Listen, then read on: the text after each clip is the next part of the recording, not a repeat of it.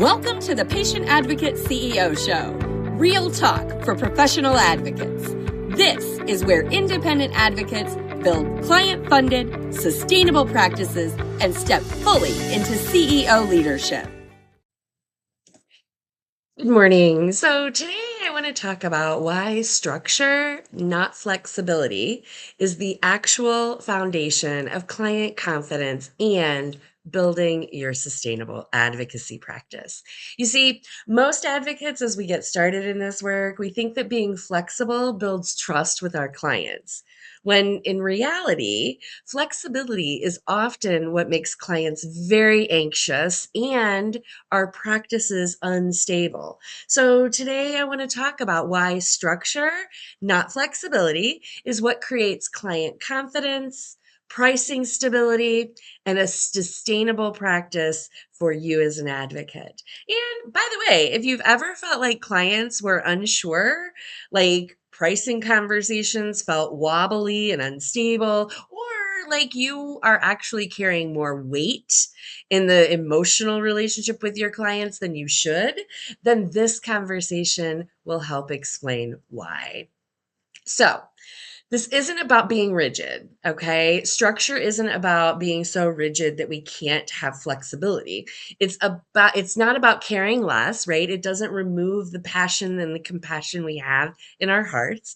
It's really at the foundation. It's about understanding something that professional advocates are rarely taught.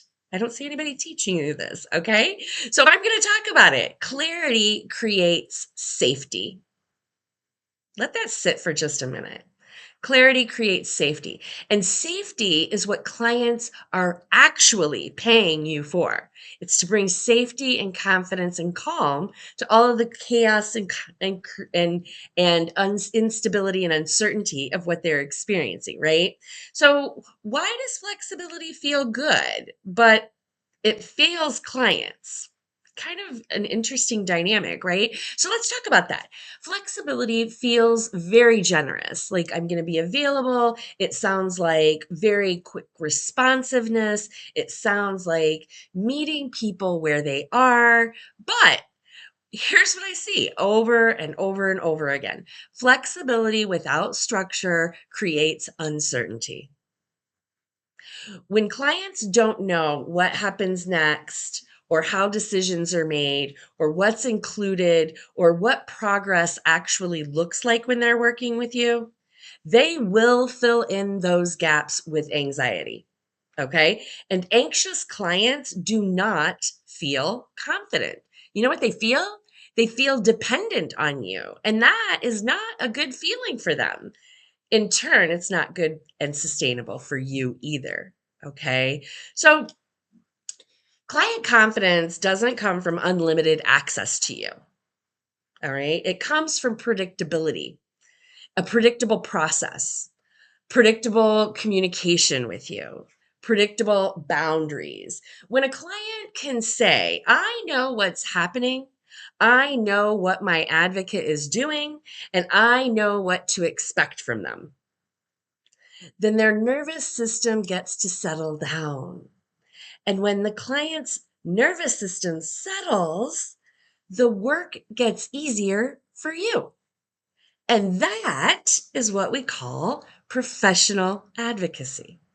So let's talk about pricing for a minute. Advocates who struggle with pricing are very rarely struggling with confidence. I want to say that to you. Okay. So if you're struggling with your pricing, it's not your confidence that's an issue here. What you're actually struggling with is structure. And if your offer changes every time your client speaks to you or every time a new client comes to you, or if your scope of work expands based on the emotion of what's happening in the case, or if your price shifts depending on how overwhelmed someone sounds or what that looks like, then your pricing is always going to feel shaky because it is, right? It's not consistent. It's going to feel unstable. Structure is what allows you to say, this is the work. This is how I deliver it. And this is the required investment. Okay. That doesn't make you inflexible. It makes you very clear, which in turn creates safety. And now you have trust with your client. All right. So here's the part that isn't always easy to hear. Okay. Burnout doesn't usually come from the amount of work on your workload or your caseload. It comes from carrying undefined roles. Because again, without structure, you don't feel safe. You don't know what to expect. So you're constantly, your nervous system is out of kilter, right? And when everything is flexible, then you become the container to hold all of the uncertainty and you absorb all of that emotion and you manage all of the expectations in real time. That can be really tiring and overwhelming. But structure moves that weight of carrying all of that out of your body. Okay, it removes it from you and it puts it into your systems and your processes. And that is how we as advocates become sustainable and last for the long term.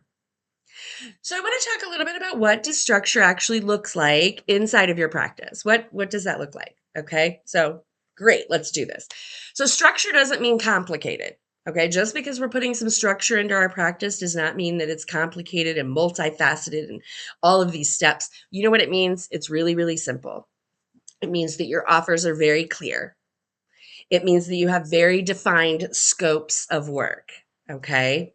It means that you have very predictable communication rhythms with your colleagues, with your clients, with your prospective leads. Very, very predictable communication rhythms. It means that you have some documented processes. And it also does mean that you have some boundaries that you do not renegotiate every single week or client or month or quarter. All right. They are specific boundaries. This is included. This isn't. This is what I do. This, I do not do these things. Very clear boundaries. So what you'll see is they're very simple. They're very clear, right? And these things are what turns your advocacy practice and your work from a role that you perform into a practice that you operate. All right. So if any of this is clicking, you're saying in your head, oh my gosh, yes, this is okay. I want to know more. I want to know how to build this. That is exactly what we work through live every single week. If you want to see how structure applies to your practice in real time, join us for our weekly advocacy power hours. That's where we turn these concepts, we take these concepts and we turn them into decisions and action so that you can move into your practice. And if you're ready to build your structure, if you're ready to build your offers, create your pricing, identify your systems, and get really clear on that, then I want you to consider the Independent Advocate Video Vault, because advocacy does not become sustainable through flexibility. It becomes sustainable through leadership, right? All right. I hope you have a great day. I hope this was helpful, and I would love to see you inside of our next weekly advocacy power hour. Let me know. Talk to you soon. If today's episode helped you think differently about your work, don't stop here. Independent advocacy doesn't grow through more information. It grows through clarity and execution. So your next step is simple.